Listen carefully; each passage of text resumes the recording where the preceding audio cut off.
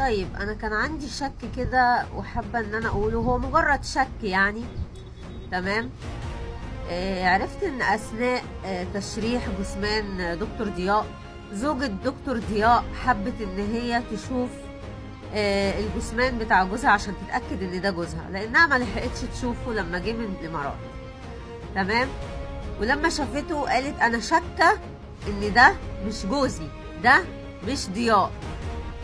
فانا عندي شك والله اعلى واعلم ان دكتور ضياء ما ماتش. تمام.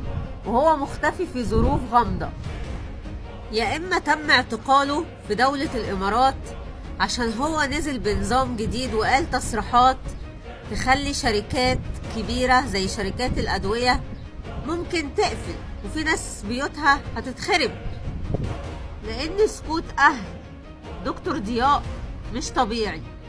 وايضا سكوت الدولة عن قضية كبيرة زي دي، قضية رأي عام العالم كله بيتكلم فيها، برضو مش طبيعي.